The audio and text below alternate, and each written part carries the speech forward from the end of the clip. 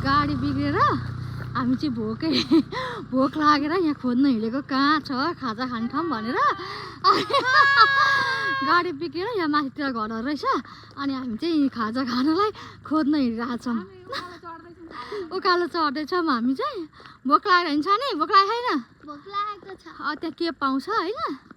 चटपटे पायो भने त झन् गजब होइन बेस्ट जे पायो भने खाने हो क्या हिँड्छ नि लास्टै भोक लागेको छ भने यस्तै छ हाम्रो यात्रा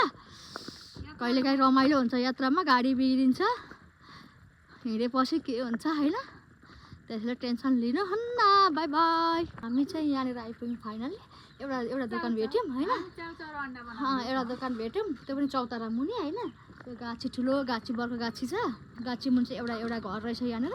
त्यो घरमा चाहिँ पसल रहेछ पसलमा चाहिँ चाउचाउ अन्डा बनाइदिनु भनेर हामीले भन्यौँ लोकल अन्डा अनि कुखुरा पनि यहाँ छ कुखुरा छ अनि चाउचाउ अन्डा हामीले बनाउनु लगाउँदैछौँ अब हामी एकछिनमा खान्छौँ